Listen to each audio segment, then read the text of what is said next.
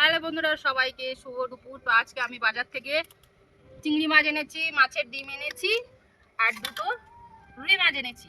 তো আজকে এই চিংড়ি মাছটা দিয়ে আমি কাঁঠাল চিংড়ি বানাবো আর মাছের ডিম দিয়ে ঝোল হবে।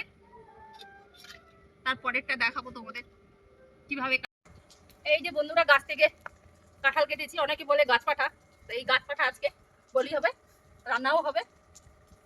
তো কাটার আগে কিছু করতে হবে, নালে এর যে আঠাটা ওটা লেগে যাবে, হঠাৎ উঠতে চাইবে না।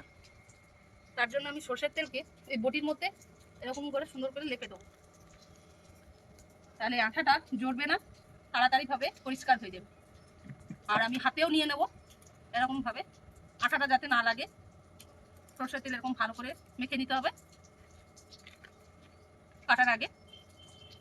তো এইদিকে আমি গামলা একটা নিয়েছি, জলও নিয়েছি, এর মধ্যে গামলাটাও তেল দিয়ে দিয়েছি, এর মধ্যে আঠাটাও জড়বে না। তো এখন আমি হলুদ দিয়ে দিচ্ছি। হলুদটা দেওয়ার কারণ হচ্ছে কাঁঠালটা কাটার পরে কালো হয়ে যায়, তার জন্য আমি এর মধ্যে হলুদ দিয়ে দিচ্ছি। হলুদ দিলে কাটার পরে কাঁঠালটা জলে ফেলে দিলে কালো হবে না।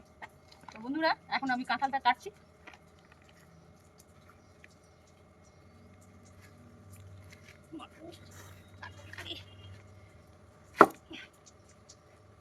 এত ভারী, জোর পাচ্ছি না কাঁঠালটা কাটার।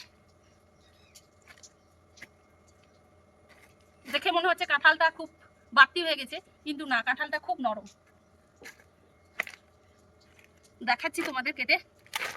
এই যে দেখুন বন্ধুরা, একদম নরম কচি কাঁঠাল, বীজগুলো একদম ছোট ছোট। দেখাও, এই দিকটা দেখাও, দেখতেই পাচ্ছ কাঁঠালটা কিন্তু বড় কিন্তু নরম, একদম নরম কচি কাঁঠাল, একবারে বীজ হয়নি। তো এই কাঁঠালটা খেতে ভালো লাগে। তো আজকে আমি এটা রান্না করব, কিভাবে রান্না করব তোমাদের দেখাচ্ছি। এখন আমি কাঁঠালটা কেটে নিচ্ছি।